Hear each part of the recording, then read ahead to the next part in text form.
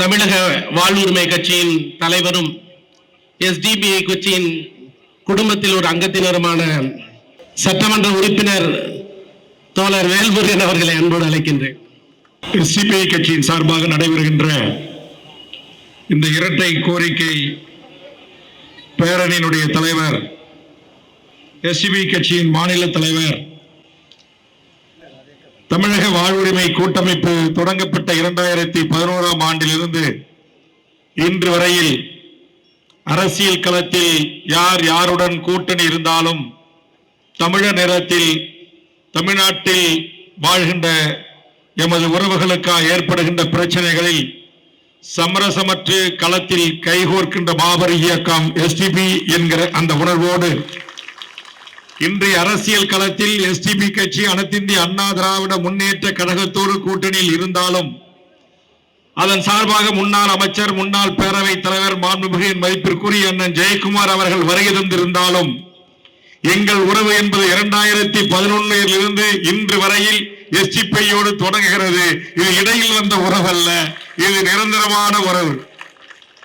உலகம் முழுவதும் வாழ்கின்ற எம் தமிழ் மக்களுக்காகவும் உலகம் முழுவதும் வாழ்கின்ற எம் இஸ்லாமிய உறவுகளுக்காகவும் எங்கு எந்த அநியாய அக்கிரமங்களை ஆதிக்க அரசுகள் செய்தாலும் அதை தட்டி கேட்கின்ற களத்தில் நிற்கின்ற மகத்தான இயக்கம் எஸ்டிபி கட்சி.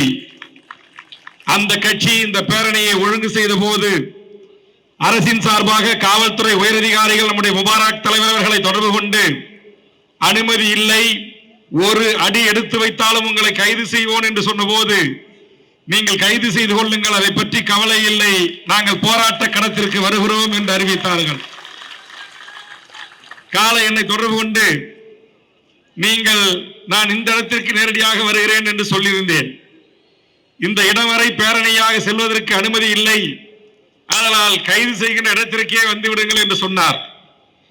கவலைப்படாதீர்கள் தோழரே, இன்றைக்கு காவல்துறையில் பல்வேறு உயரதிகாரிகள் புரிவர்களாக இருக்கிறார்கள். 14 ஆண்டு காலம் இந்த மண்ணில் நடந்த அத்தனை அநியாய அக்கிரம அட்டூழியங்களுக்கும் எஸ்டிபி கட்சியும் அன்றைக்கு இருந்த பாப்புலர் ஃப்ரண்ட் ஆஃப் இந்தியாவும் ஒரு இந்திய ராணுவத்துக்கு நிகரான அமைப்பாக என்னோடு கைகோர்த்திருந்திருக்கிறார்கள். எஸ்டிபியின் துணை அமைப்பாகவும் நட்பு அமைப்பாக இருக்கிற பாப்புலர் ஃப்ரண்ட் ஆஃப் இந்தியா நடத்திய மாபெரும் அணிவகுப்பு மரியாதையிலே அணிவகுப்பு நிகழ்ச்சிகளிலே பல கட்டங்களில் கலந்து கொண்டிருக்கிறேன். தமிழ்நாடு காவலரை தவிர நம்முடைய CISF என்று சொல்லக்கூடிய இந்திய துணைப்படை போன்று மிகச் சிறப்பாக அணிவகுத்து சட்ட ஒழுங்கை பாதுகாத்து பொதுமக்களுக்கு ஒன்றென்றால் தன் உயிரையும் தருகின்ற ரத்தத்தையும் தருகின்ற ஆற்றல் மரபர் படைதான் எஸ்டிபியும் பாப்புலர் ஃப்ரண்ட் ஆஃப் இந்தியாவும். பாசிச பாரதிய ஜனதா அரசுக்கு வேண்டுமானால் அவர்கள் போர்க்குணம் கொண்டவர்களாக தெரியலாம், அல்லது அரசுக்கு சவால் விடுகிற இயக்கமாக தெரியலாம். அந்த அடிப்படையில் பாசிச பாரதிய அரசுக்கு தெரிகின்ற அதே பார்வை கொண்டு அதே கண் கொண்டு என் தோழமை நண்பன் நம்முடைய நெல்லை முபாரக் தலைமையில் நடைபெறுகிற இந்த பேரணியை நீங்கள் பார்க்க கூடாது. தொடர்பெடுத்த முதலமைச்சர் அலுவலகத்தோடு பேசினேன், தமிழ்நாட்டுடைய காவல்துறை உளவு பிரிவுடைய தலைவரோடு பேசினேன், சென்னை மாநகரத்தினுடைய காவல்துறை அதிகாரிகளோடு பேசினேன், உளவு பிரிவினுடைய SSP என்று சொல்லக்கூடிய உயரதிகாரிகளோடு பேசினேன். நான் பொறுப்பேற்கிறேன். 14 ஆண்டு காலம் இந்த மண்ணில் எஸ்டிபி நடத்திய எந்த போராட்டத்திலும் இன்றைக்கு பாசித பாரதிய ஜனதா கும்பல்கள் போல் அப்பாவி பொதுமக்களுக்கு அச்சுறுத்தல்களை மிரட்டல்களை விட்டதில்லை, பிரியாணி குண்டாக்களை தூக்கி ஓடியதில்லை. பல்லாயிரக்கணக்கான தாய் தமிழ் உறவுகளுக்கு இந்த மழை காலங்களில் பிரியாணிகளை வழங்கிய அமைப்பு. தமிழுடைய பண்பாட்டு மீட்பதற்கு ஜல்லிக்கட்டின் போராட்டம் தமிழ்நாட்டில் இருந்தபோது அத்தனை இடத்திலும் களத்தில் இறங்கி அற்புதமான ஊட்டச்சத்தான பிரியாணியை வழங்கியது எஸ்டிபி. அதனால இது அண்டாவை தூக்கிட்டு போற கூட்டம் இல்ல, இது அண்டை மாநில மக்களுக்கும் அன்புகரம் நீட்டுகிற அற்புதமான அரசியல் இயக்கம். அதுவும் நம்முடைய நெல்லை முபாரக் அவருடைய ஆளுமைகள் தோழமைகள் மிகவும் பண்பானவர்கள், பாசக்காரர்கள். நீங்கள் வேண்டுமானால் அனுமதியை கொடுங்கள், பேரணியை நடத்தி காட்டுகிறோம். உங்கள் காவல்துறையை விட எங்கள் நண்பர்கள் கைகோர்த்து அமைதியாக அழைத்து செல்வார்கள் என்று சொன்னேன். தோழரிடத்திலே தொடர்பு கொண்டு சொன்னேன், ஒரு 5 நிமிடம் பொறுங்கள் என்று சொன்னேன்.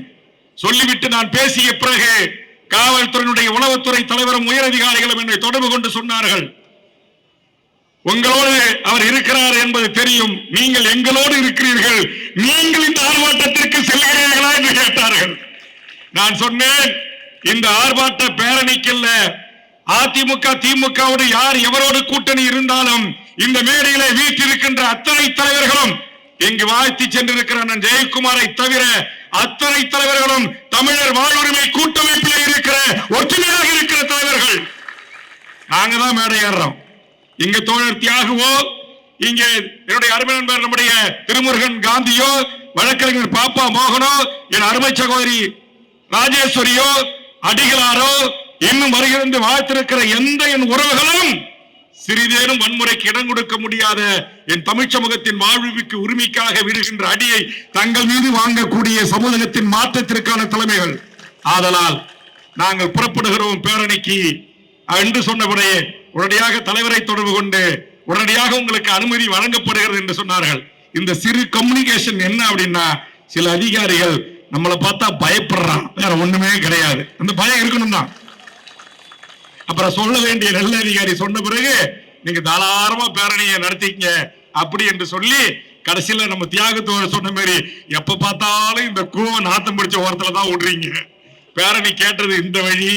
அதனால அவர் சொன்ன மாதிரி தொடர்ச்சியாக இங்கு பல்லாயிரக்கணக்கிலே திரண்டிருக்கிற என் தாய்மார்களும் உறவுகளும் இந்த பல்லாயிரக்கணக்கான மக்கள் பார்வையோடு வருகின்ற அந்த வாய்ப்பை மாண்புக்கு தமிழ்நாடு முதலமைச்சர் அவர்கள் ஜனநாயக சக்திகளுக்கு வழங்க வேண்டும். இங்க இருக்கிற தியாகம், இங்க இருக்கிற ராஜேஸ்வரியும், இங்க இருக்கிற திருமுருகன் காந்தியும், நாங்கள் எல்லாம் கடந்த கதே நம்முடைய நெல்லை முபாரக்கும் நம்முடைய ஜெகலான் பாய் அவர்கள் தலைவராக இருக்கின்ற போது 10 ஆண்டு காலம் இந்த கூட்டமைப்பு தான் இந்த மண்ணிலே இந்த பாசிச சக்திகளை வீழ்த்துவதற்கு நாங்கள் அனுபவித்து நடத்திய போராட்டங்கள் ஒன்று சேர்ப்புதான் ஆட்சி மாற்றத்திற்கு அடிகோலியது. அப்படி ஆட்சி மாற்றத்திற்கு அடிகோலியிலே பெரும்பான்மையாக சிந்தாமல் சிதறாமல் வாக்களித்த எமது இஸ்லாமிய உறவுகள் வாக்குகளோடு தான் மாண்புமிகு தமிழ்நாடு முதலமைச்சர் அவர்கள் இந்த நாட்டுடைய முதலமைச்சராக நீங்கள் அமர்ந்திருக்கிறீர்கள். ஆக உங்களிடத்தில் வேண்டுவது, தமிழர் வாழ்வுரிமை கூட்டமைப்பின் சார்பாக நம்முடைய தலைவர்கள் கலந்து கொண்டார்கள். அந்த கூட்டமைப்பு ஏகமனதாக அன்றைக்கு 150க்கு மேற்பட்ட தலைவர்கள் ஒன்று கூடி நாட்டுடைய முதலமைச்சரிடத்தில் வைத்த கோரிக்கை என்பது உடனடியாக சாதிவாரி கணக்கெடுப்பை நடத்தி அனைத்து சாதிகளுக்கும் அவர்கள் எண்ணிக்கை ஏற்றுமாறு சமூக நீதி வழங்கல் முதலமைச்சர், அதற்கு உங்களை சந்திப்பதற்கு நேரம் தாருங்கள் என்று கேட்டிருக்கிறோம். முதலமைச்சரிடமிருந்து நீங்க 150 பேரை கூட்டு வந்தா கோட்டையில நான் எங்க உட்கார்ந்து பேசுறதுன்னு கேட்டாங்க. இது கூட்டமைப்பு 14 ஆண்டு காலம் நாங்க கட்டி காத்து நடத்திட்டு வரோம். இதுல 10 பேர் வாங்க 20 பேர் வாங்கலாம் கூப்பிடாதீங்க. நாமக்கல் மாளிகையில் இருக்கிற அனைத்து கட்சி தலைவர்களையும் கூடி பேசுகின்ற அந்த இடத்தில் எங்கள் முபாரக்கோடும் திருமுருகனோடும் தியாகோடும் எங்கள் ராஜேஸ்வரியோடும் நாங்க வரேன்னு சொல்லி இருக்கிறேன். கூட்டமைப்புல இன்னைக்கு இருக்கிற சிபிஎம், சிபிஐ, விடுதலை சிறுத்தைகள், நம்முடைய பல அரசியல் கட்சிகள், மனிதநேய மக்கள் கட்சி, எல்லா கட்சியும் இருக்கு, ஷெரீப் உட்பட, தடாரஹிம் உட்பட எல்லாரும் வர எங்களுடைய கருத்துக்களுக்காக நேரத்தை ஒதுக்கி முதலமைச்சர் என்ன சொல்றாங்கன்னு கொஞ்சம் காது கொடுத்து கேளுங்கன்னு சொல்லி இருக்கும். இன்னைக்கு 7% என்று தோழர் சொல்றார், தியாக சொல்ற 9% பிரிட்டிஷர் நமக்கு கொடுத்தான்றார். அதனால 7 வேணாம் 9 வேணாம், சாதி வாரிய கணக்கெடுப்பு நடத்து. என் இஸ்லாமிய உறவுகள் 12% இருக்கா, இல்ல 5% இருக்கா, இல்ல 17% இருக்கா, இல்ல 7 இல்லையா 5 தான் இருக்கா, இல்ல 3 இல்ல 2 தான் இருக்கானா, அதை நாங்கள் ஏற்றுக்கொள்வதற்கு தயாராக இருக்கிறோம். ஆனா சாதி வாரி கணக்கெடுப்பு நான் நடத்த மாட்டேன்னு சமூக நீதி அரசு சொல்லலாமா? பீகார்ல எடுக்கல, ஒடிசாவில் எடுக்கல. இன்னைக்கு நாம் கூட்டணியில் இருக்கிற நீங்கள் அங்க வகிக்கின்ற இந்திய கூட்டணி இன்றைக்கு அகில இந்திய முழுவதும் நாங்கள் ஆட்சிக்கு வந்தால் சாதிவாரி கணக்கெடுப்பு நடத்துவோம் அறிவித்தார்களா இல்லையா? அது முன்னோட்டமாக இன்னைக்கு தெலுங்கானாவில் எடுத்துக்கொண்டு இருக்கிறார்களா இல்லையா? ஏன் சமூக நீதி அரசு, திராவிட முன்னேற்ற கழக அரசு சாதிவாரி கணக்கெடுப்பை எடுக்க மறுக்கிறது? அதனால் இங்கு பல்லாயிரக்கணக்கில் திரண்டிருக்கிற எஸ்டிபி கட்சியினுடைய இந்த மாபெரும் பேரணியின் ஊடாக தமிழ்நாட்டின் முதலமைச்சர்களுக்கும் தமிழ்நாடு அரசுக்கும் நான் கோரிக்கை வைக்கிறேன். உடனடியாக சாதிவாரி கணக்கெடுப்பை நடத்தி அனைத்து சமூகங்களும் அவருடைய எண்ணிக்கைக்கு ஏற்றவாறு இடஒதுக்கீட்டை வழங்குங்கள். 2 எம்எல்ஏவாய் போய் தமிழ்நாடு சட்டமன்றத்தில் முதல் பேச்சு, ஏற்கனவே 2 முறை போனது இல்ல, இந்த முறை நான் சட்டமன்ற உறுப்பினராக 2021 சென்ற உடனேயே தமிழ்நாடு முதலமைச்சருக்கும் அமைச்சரவைக்கும் நான் வைத்த கோரிக்கை, என் நீண்ட நாள் இஸ்லாமிய சிறைவாசிகளை விடுதலை செய்யுங்கள் என்று நான் சொன்னேன். நீங்க உங்க கட்சிக்கு எம்எல்ஏ இல்லைன்னு கவலைப்படாதீங்க. நீங்க யாரோட கூட்டணினாலும் எனக்கு கவலை இல்லை. எஸ்டிபி கட்சியின் குரலாய் வேல்முருகனின் குரல் தமிழக சட்டமன்றத்தில் ஒலிக்கும். அப்படிதான் இந்த பரோல் விடுப்பு, உடல்நிலையால் பாதிக்கப்பட்ட தோழர்களை ஸ்டாலின் மருத்துவமனையிலே கொண்டு வந்து அனுமதித்தது. ஆக இந்த 2 கோரிக்கையும் நியாயமான கோரிக்கைகள். நாட்டுடைய பிரதமராக இருந்த ராஜீவ்காந்தி கொலை வழக்கிலே குற்றம் சாட்டப்பட்டவர்களை விடுதலை செய்கின்ற அதிகாரம் இருக்கின்ற தமிழக அரசுக்கு ஏன் இஸ்லாமிய சிறைவாசிகளை அனைவரும் விடுதலை செய்வது என்ன உங்களுக்கு தயக்கம்? யாருக்கு பயப்படுகிறீர்கள்? முதல்வர்களே, உங்களுக்கு இன்னைக்கு பரிந்து பேசுகிற கொஞ்சி உறவாடுகின்ற RSS பரிவார கும்பல்கள், மோடி கும்பல்கள் உங்களுக்கு நிக்க மாட்டான். நாளைக்கு உங்கள் சமூக நீதி கோட்பாட்டுக்கும் ஆபத்து வருகிறது என்று சொன்னால் இந்த மேடையில் இருக்கிற தலைமைகள் தான் உங்களுக்காக வாதாடுவார்கள், போராடுவார்கள் என்பதை புரிந்து கொண்டு எமது எஸ்டிபி கட்சியினுடைய 2 கோரிக்கைகளையும் தமிழக முதல்வர் உடனடியாக ஏற்க வேண்டும். இங்கே தலைவர் உள்ளிட்ட இந்த ஆளுமைகளுடைய கோரிக்கையை வரவிருக்கிற சட்டமன்ற கூட்டத்தொடரில் உங்களின் குரலாய், ஒட்டுமொத்த தமிழ் சமூகத்தின் குரலாய் வேல்முருகனின் குரல் ஓங்கி ஒலிக்கும். வாய்ப்புக்கு நன்றி. வணக்கம்.